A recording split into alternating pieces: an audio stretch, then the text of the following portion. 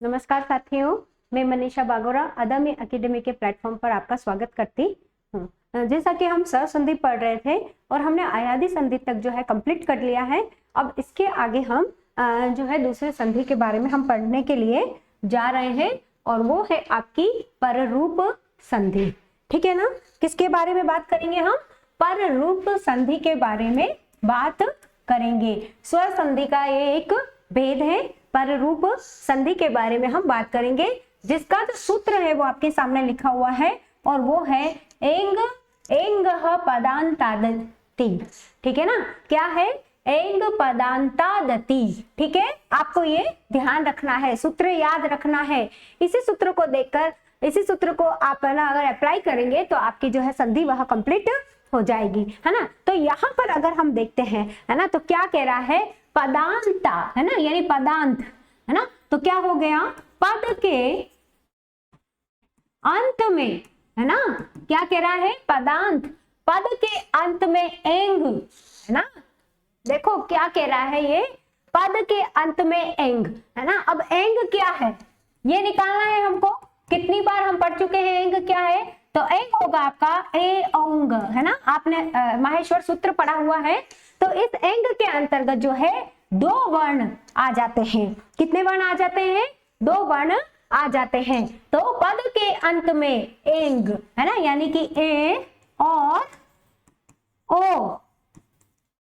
ठीक है, क्या कह रहा है? पद के अंत में ए और ओ। ठीक है, ए और ओ के बाद है ना क्या आता है? ऋस्व आकार, ऋस्व आकार, है ना। यानी कि क्या आ रहा है? अगर अ आ जाता है, ए और ओ के बाद अगर अ आता है ना, तो क्या हो जाएगा? तो आपका पर रूप हो जाएगा, है ना। अ आने पर पूर्व रूप, पूर्व रूप एकादेश होगा। ठीक है, समझ में आ गया क्या है ना। एंगः पदांतादति, है ना। अब आप कहेंगे अ कहां से आया, है ना। तो अ जो है हम, है ना, जो आपका आद गुण है ना, आद गुण यानी कि आत, है ना। आद गुण का जो सूत्र है उसमें से हम आत की क्या करेंगे? यहां से हम उसको ले लेंगे। ठीक है, उसकी अनुवृत्ति, इसको क्या कहते हैं हम? अनुवृत्ति कहते हैं ना। आत आदति ही, है ना, यहां से। तो इस तरीके से हम इसको ले लेंगे। इसके बाद देखिए क्या कह रहा है? पद के अंत में, है ना, तो इसका सूत्र कैसे बनेगा? देखिए, पद के अंत में ए और ओ होने पर, ठीक है, बाद में क्या होना चाहिए? ऋस्व अ। तो आपका क्या हो जाएगा? पूर्व रूप। ये सूत्र बन गया। इस सूत्र को अगर आप देखोगे तो बहुत अच्छे से पढ़ पाओगे। यानी कि हमको सरल रूप में पढ़ना है।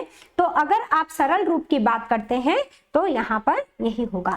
ठीक है, अब जो आपका ये अ है, जो आपका ऋस्व अ है, उसका क्या होगा? उसका जो है एक चिन्ह बन जाएगा, है ना। कौन सा चिन्ह बनेगा? और चिन्ह बन जाएगा आपका ऐसा, एस जैसा। कैसा चिन्ह हो जाएगा?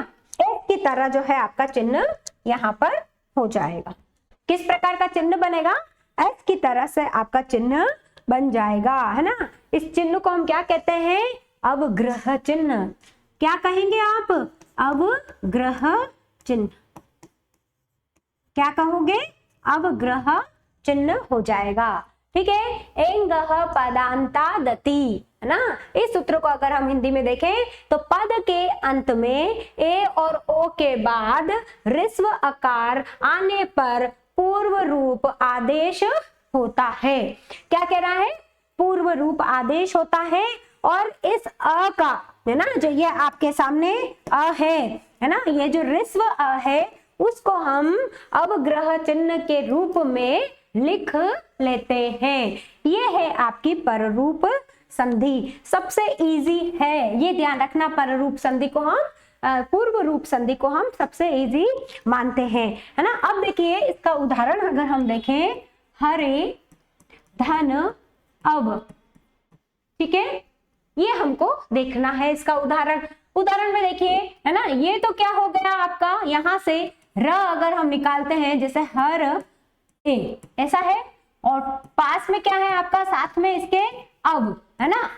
अब भी कैसा है, ऋस्व आकार है ना। तो अ, ए और अ इन दोनों को करेंगे अगर हम, तो क्या बनेगा आपका पूर्व रूप पूर्व रूप हो जाएगा, और इस अ को जो है विग्रह अवग्रह चिन्ह के रूप में हम यहाँ पर लिख लेंगे। तो आपका आंसर होगा हरयेव। इस प्रकार से जो है आपकी संधि बन जाएगी, ठीक है। किस प्रकार से बनेगी, इस प्रकार से आपकी ये संधि बन जाएगी। अब अवग्रह चिन्ह के रूप में हम इसको लिख लेंगे, ठीक है। जैसे आपका देख लीजिए, ग्रामे धन अयम, ग्रामे धन अयम, ठीक है। इसको देखोगे आप, सेम है, यहाँ पर क्या है, ए है, और आगे क्या है आपका ऋस्व आकार है ना। तो इसको हमने क्या करना है, अवग्रह चिन्ह के रूप में बदलना है, और आपका ये हो जाएगा ग्रामेयम, है ना, ठीक है, ग्रामेयम, ऐसे आप पढ़ोगे, ठीक है, ऐसे होगा। आ रही बात समझ में, बहुत इजी है ना। एक आपका आता है विष्णु अब, है ना, यहीं पर मैं आपका कर देती हूं, विष्णु धन अब, ये ओ हो गया और ऋस्व आकार आ गया, ठीक है। तो क्या हो जाएगा, विष्णुव, है ना, ये हो गया आपका, ये ओ का एक उदाहरण आ गया, ठीक है।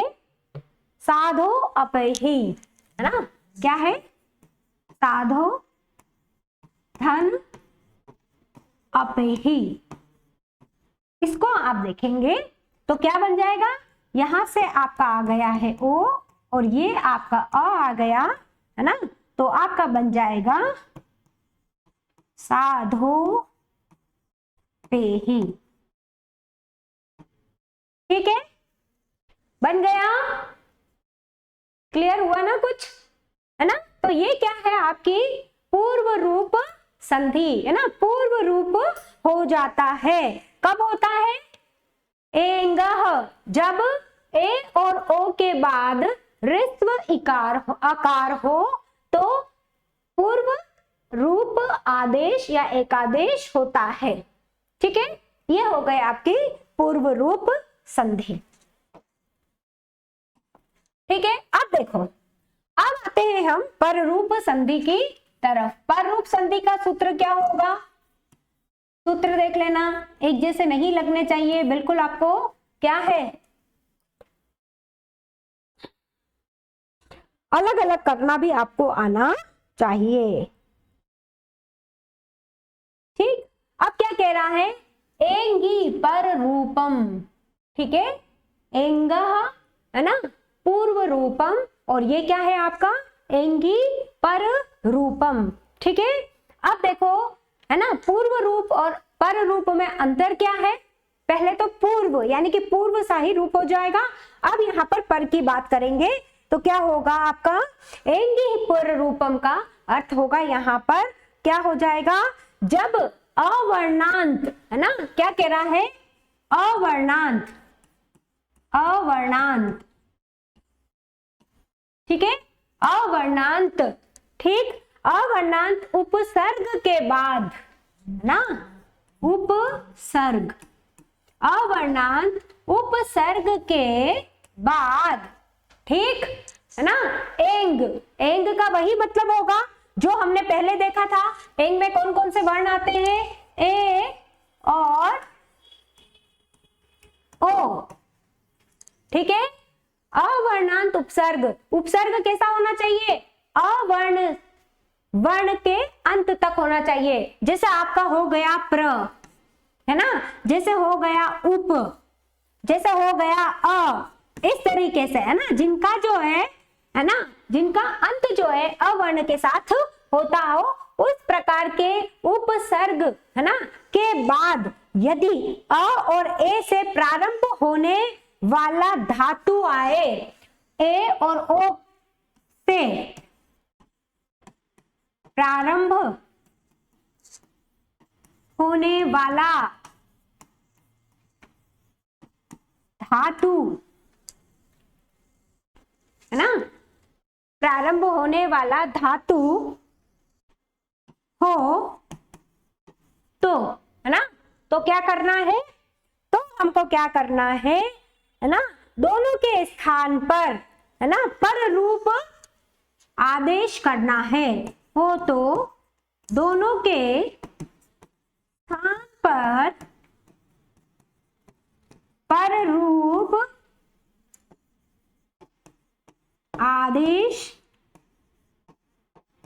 करना है। ठीक है, आदेश करना है या हो जाता है, एकादेश हो जाता है ना, एकादेश लिख लेंगे, ज्यादा अच्छा रहेगा। ठीक है, एकादेश करना है, ये है आपका पर रूप। ठीक है, यानी कि अ का मतलब यहाँ पर आ भी आ जाता है, तो इसका मतलब हो गया अ या आ के बाद अगर ए या ओ हो तो क्या करना है, पर रूप। ये है आपकी पर रूप संधि। ठीक है, समझ में आ गया। पर रूप क्या है, पर रूप क्या है, एंगी पर रूपम। क्या है आपकी, एंगी पर रूपम, पद के अंत में, है ना, रहने वाले ए या ओ के बाद, है ना। ठीक है, इस प्रकार से आपका होगा एंगी पर रूपम। ठीक है,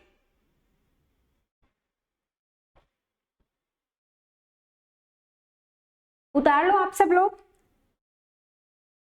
फिर इसके जो है आपके बता देती हूँ, उदाहरण देख लेते हैं हम। लिख लिया ना ये लोग, क्या कह रहे हैं, अ या आ के बाद ए और ओ होने पर रूप एकादेश होता है ना। अ और आ के बाद, है ना, जो उपसर्ग है ना, जो अ या आ से, है ना, जो अंत वाले जो उपसर्ग है उनके बाद यदि ए और ओ हो, है ना, तो क्या करना है, धातु के रहने पर ए और अंत ओ से प्रारंभ होने वाला धातु हो तो दोनों के स्थान पर रूप एकादेश हो जाता है। ठीक है, जैसे चलते हैं, उदाहरण देखेंगे तो समझ में आ जाएगा, है ना। उदाहरण देख लेते हैं। उदाहरण देखिए, प्रधन एजते, क्या हो गया, प्रधन एजते। ठीक है, बहुत ही जो है प्रसिद्ध उदाहरण है और बहुत बार एग्जाम में आया हुआ है।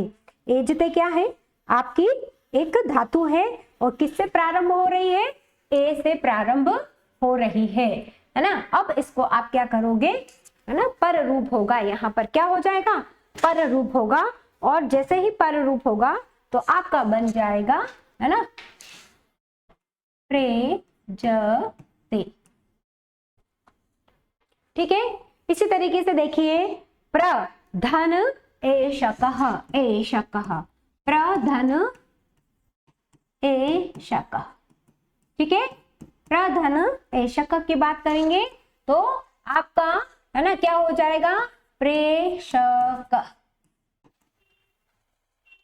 है ना। अवर्णांत उपसर्ग के बाद ए धातु रहने पर, है ना, ए धातु रहने पर, ठीक है, ए से प्रारंभ होने वाला धातु रहने पर क्या हो जाएगा, पर रूप आदेश हो जाएगा, है ना। उसी तरीके से देखिए, उप का अगर हम देखें, उपधन औषधि, है ना, क्या हो जाएगा, औषधि, क्या हो गया, उपधन औषधि, है ना। तो क्या बन गया आपका, क्या बन जाएगा, उपोषति। क्या बना, उपोषति। ये 2-3 उदाहरण ऐसे हैं जो आपके आते हैं एग्जाम में।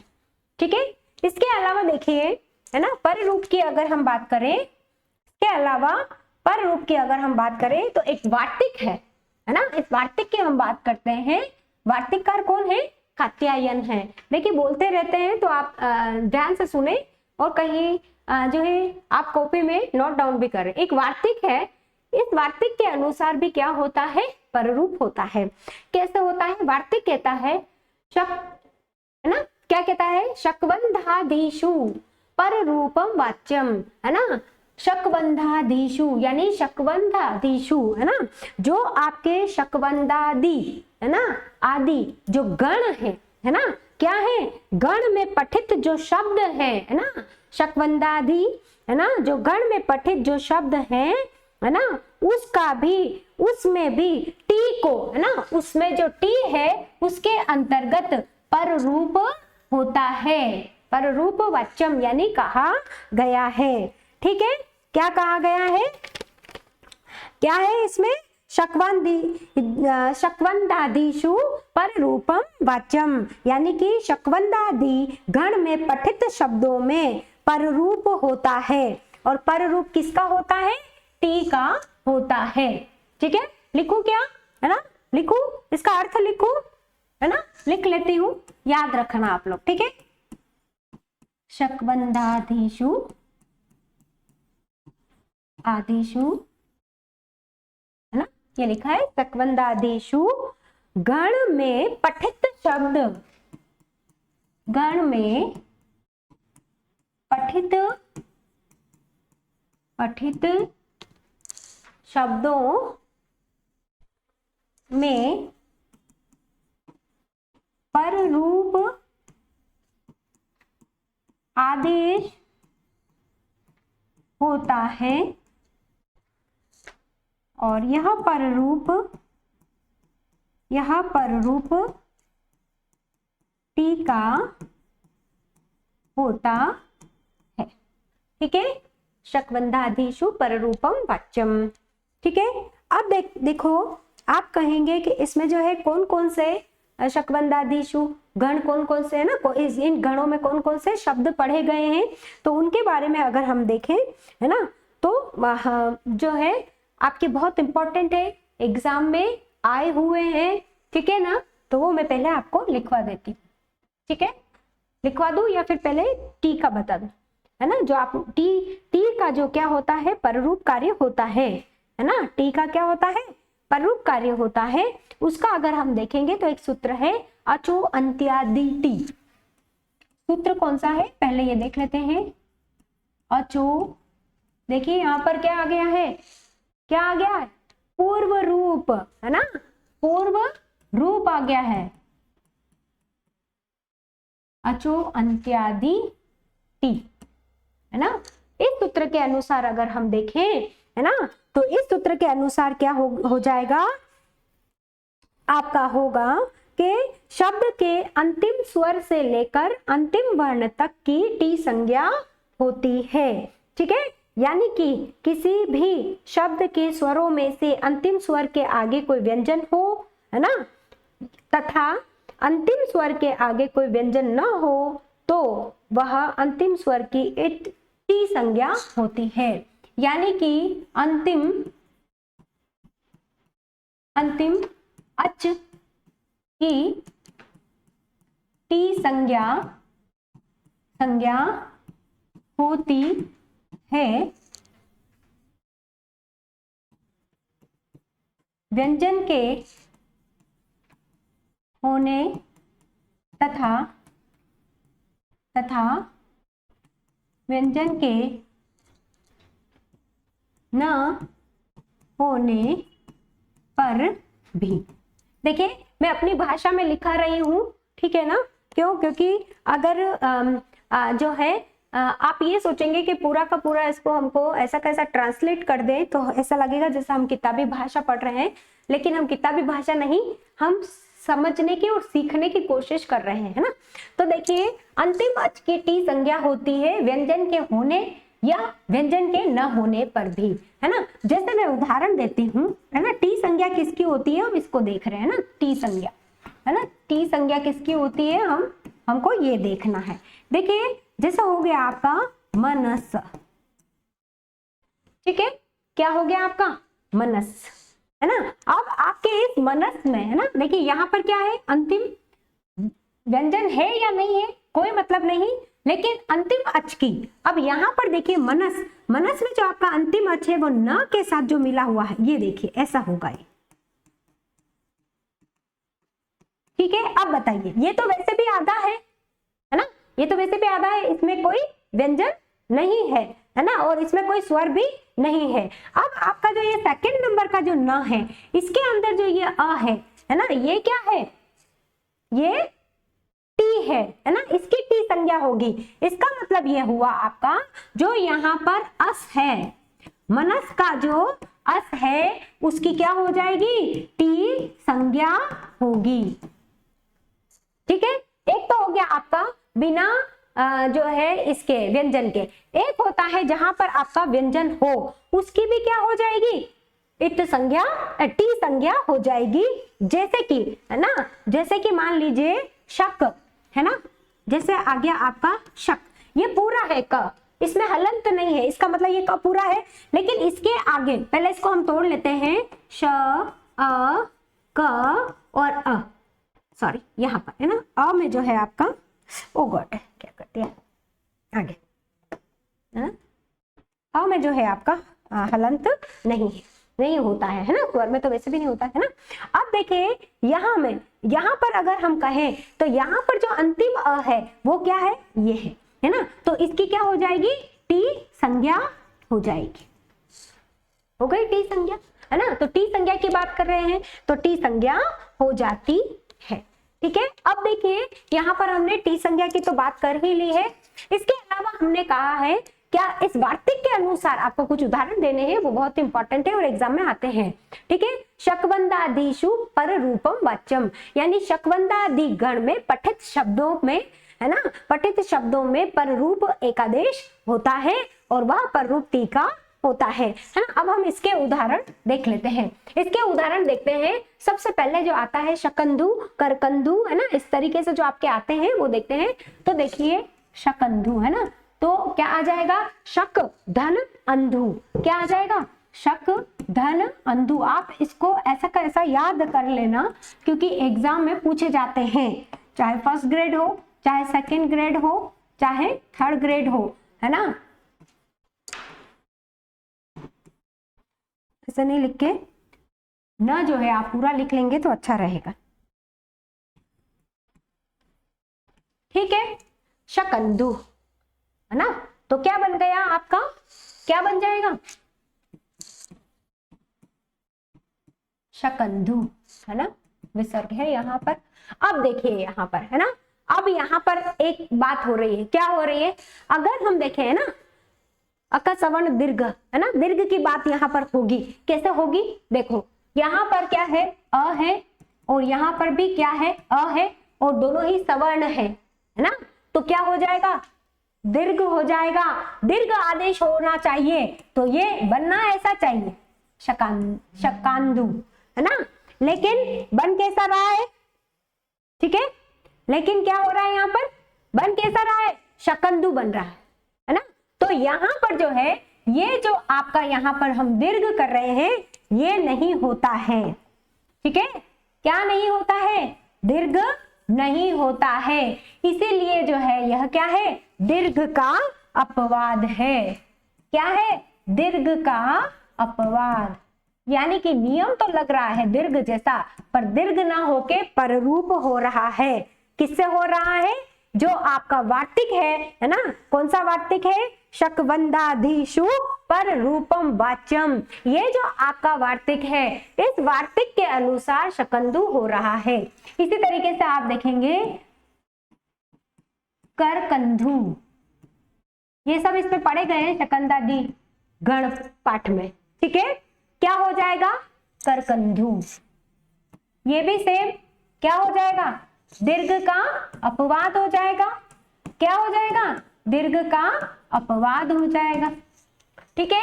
इसी तरीके से, है ना, इंपॉर्टेंट है ना, कुलटा, कुल धन अटा, कुल धन अटा, कुलटा, है ना, क्या हो गया आपका?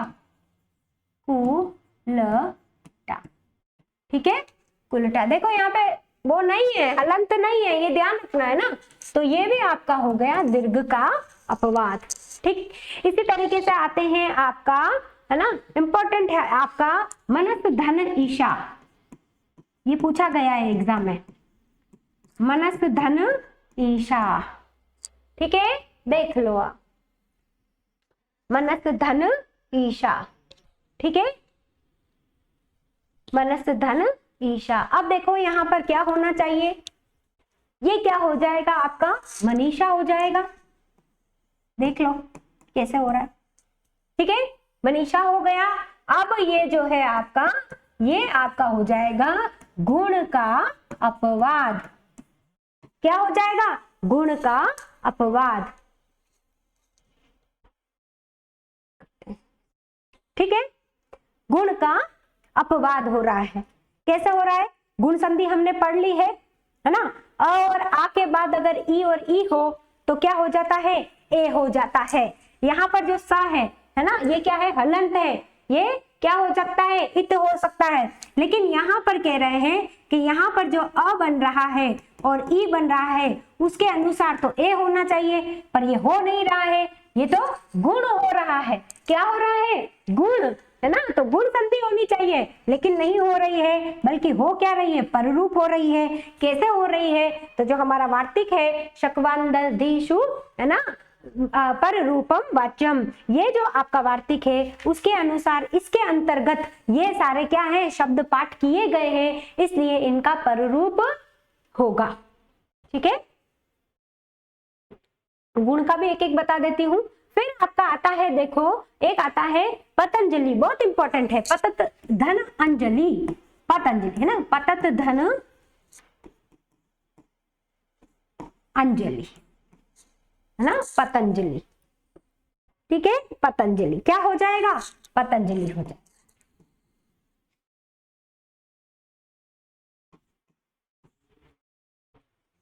एक मिनट,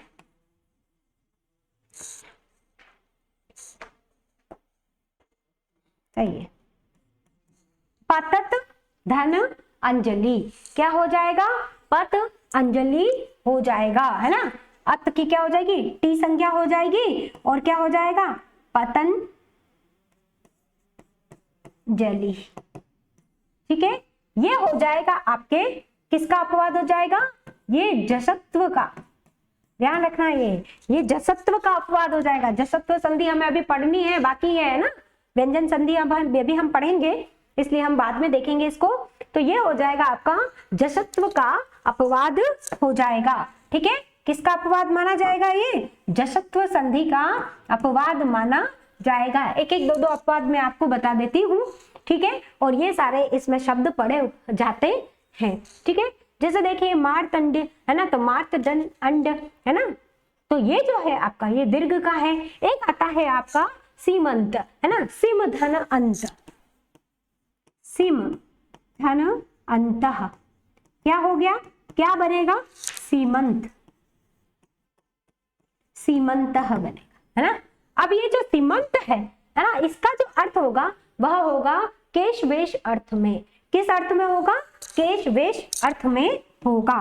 याद रखना है, केश वेश अर्थ में ये होगा।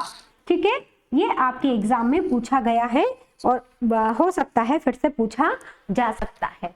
ठीक है ना, आपको ये ध्यान रखना है। उतार लिया है ना आपने, साथ का साथ चलते रहना, है ना, ताकि हम जो है ज्यादा हमें टाइम न लगे। ठीक है, इसके अलावा देखिए यहाँ पर आपको एक और वार्तिक मिलेगा, है ना, शक्वन्दादिषु पर रूपम वाच्यम के अलावा एक और आपका वार्तिक मिलेगा, वो है ओ तु ओष्ठयो, वो समा से वाह, है ना, ओ तु ओष्ठयो। क्या आ जाएगा? एक वार्तिक और है आपका ओ त्वो यो। ठीक है, ओष्ठयो समा से वाह, है ना, ओष्ठयो समा से वाह। ठीक है, ये क्या है आपका? ये भी एक आपका वार्तिक है। क्या है ये? आपका वार्तिक है। और ये वार्तिक क्या कहता है, इसके बारे में हम देखते हैं। क्या कहता है ये वार्तिक? ये कहता है ओतु और ओष्ठ के रहने पर विकल्प से पररूप होता है अकारांत शब्दों में। ठीक है, अकारांत क्या कहता है, अकारांत ना, ध्यान रखना है। देखो अकारांत है, कहीं पर क्या है ना, अकारांत शब्दों में, है ना, अगर अकारांत शब्द के आगे क्या कहता है, यहां से निकालेंगे ओतु और ओष्ठ, है ना, ओतु और ओष्ठ, है ना, ओतु और ओष्ठ रहने पर, ओतु और ओष्ठ रहने पर विकल्प से, देखिए यहां पर इस पर ध्यान देना है ना, विकल्प से पररूप एकादेश होता है। क्या होता है, पररूप एकादेश होता है ना, ध्यान रखना है, पररूप एकादेश होता है ना। परंतु यहाँ पर क्या कह रहा है, समास एवा, यह कार्य समास होने पर ही होता है। ठीक है, अगर समास नहीं होगा तो यहाँ पर वृद्धि एकादेश होगा, है ना, ये यहाँ पर, है ना, यदि, है ना, लेकिन यह कार्य, है ना, क्या कहेंगे, यह कार्य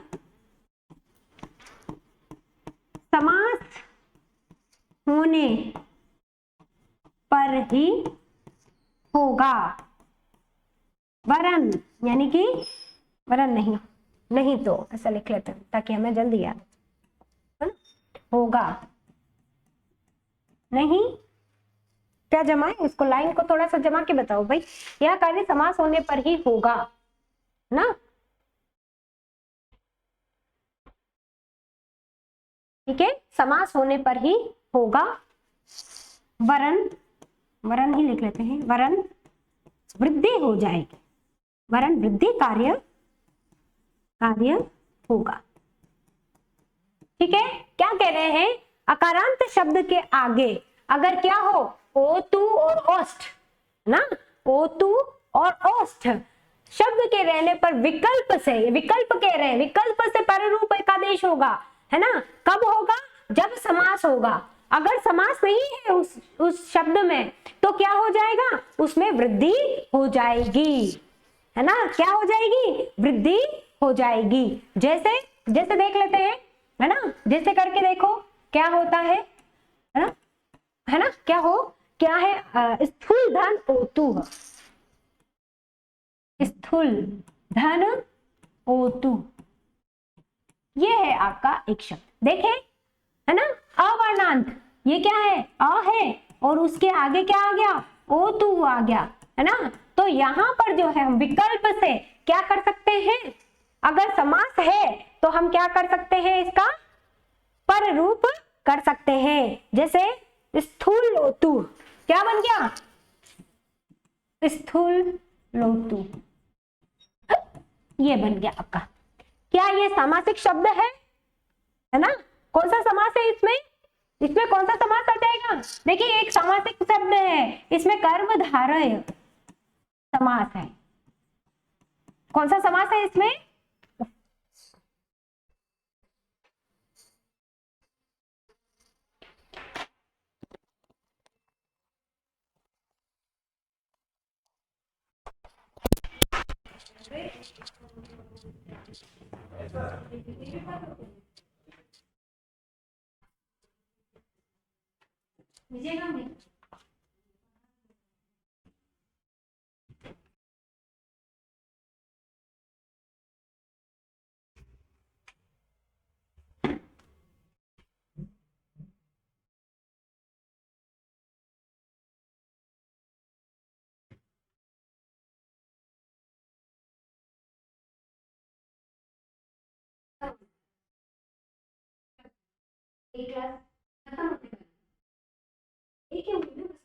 लास्ट 2 मिनट और एक मिनट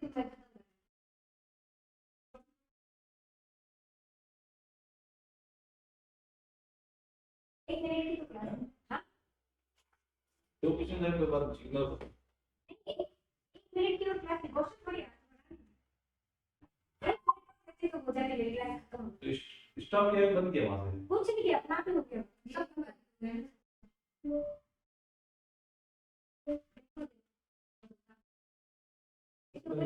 करेंगे तो हो गया। हाँ रुकना क्या मेरी अभी भी चल रही है चल रही है।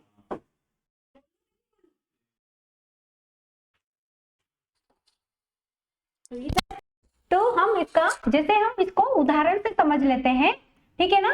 उदाहरण से देखने से क्या हो जाएगा, हमें जल्दी समझ आ जाएगा, ठीक है ना। तो क्या होगा इसका उदाहरण, स्थूल है ना, स्थूल धन O2 क्या हो जाएगा, स्थूल धन O2 है ना, O2।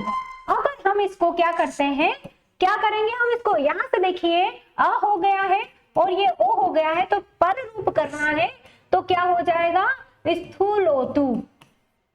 अब ये क्या है, समास है, बिल्कुल है। और कौन सा समास है, कर्म धारय। कौन सा समास है, कर्म धारय समास है ना। इसलिए हम इसका क्या कर सकते हैं, कर सकते हैं। अगर हम इसको है ना नहीं करें, पर रूप अगर आप नहीं करोगे तो ये आपका क्या हो जाएगा, वृद्धि हो जाएगा और क्या बनेगा, स्थूलोतुः। ठीक है, क्या बनेगा आपका, वृद्धि बन जाएगा। यानी विकल्प से ये दोनों ही आपके क्या होंगे, ये दोनों ही आपके सही होंगे। ठीक है, इसी तरीके से देखिए दूसरा है आपका ओष्ठ का एक दूसरा उदाहरण ले लेते हैं, वो है बिंब ओष्ठ। बिंब ओष्ठ, इसको अगर हम देखते हैं है ना, तो इसको अगर आप करेंगे तो इसमें हम दोनों ही कर सकते हैं है ना। बिंबोष्ठ क्या निकल रहा है इसका है ना, क्या हो जाएगा, बिंबोष्ठ। एक तो ये हो गया, इसमें जो समास होगा वह होगा आपका बहुव्रीहि समास। क्या होगा, बहुव्रीहि समास होगा। अगर आप ये नहीं करना चाहते तो आप इसका क्या कर सकते हो, आप इसका वृद्धि में भी बना सकते हो है ना, वृद्धि भी इसकी कर सकते हो। और वृद्धि में अगर आप इसको बनाओगे तो आपका बनेगा बिंबोष्ठ। ठीक है, औष्ठ, बिंबोष्ठ, इस तरीके से ये बनेगा। ठीक है ना। तो हमने जो अभी देखा है ना, क्या देखा है हमने जो देखा है यहाँ पर देखिए एक आपका ये जो आपका वार्तिक देखा है, इस वार्तिक के अनुसार वार्तिक क्या कहता है, अतोवोष्ठयोः है ना, आत्वोष्ठयोः समासेवा, यानी कि आतु और ओष्ठ है ना क्या हो जाता है, विकल्प से है ना, विकल्प से क्या हो जाता है, पररूप आदेश होता है ना, समास के होने पर ही। अगर समास नहीं है, यदि वहां पर समास कार्य नहीं हो रहा है तो क्या हो जाएगा, आपका वृद्धि हो जाएगा। ठीक है ना। तो इस तरीके से है ना आज हमने क्या किया है, आपके सामने पर रूप और पूर्व रूप इन दोनों को हमने देख लिया है और मैं आशा करती हूँ आप लोगों को ये समझ में आया होगा। अगर आपको कोई प्रॉब्लम हो तो आप प्लीज कमेंट कर दीजिएगा, ताकि हम जो है जहां पर भी गलती हुई होगी या फिर जहां पर आपको समझ में नहीं आया होगा, हम इसको वापस एक बार रिपीट कर सकते हैं। तो धन्यवाद, आज के लिए इतना ही।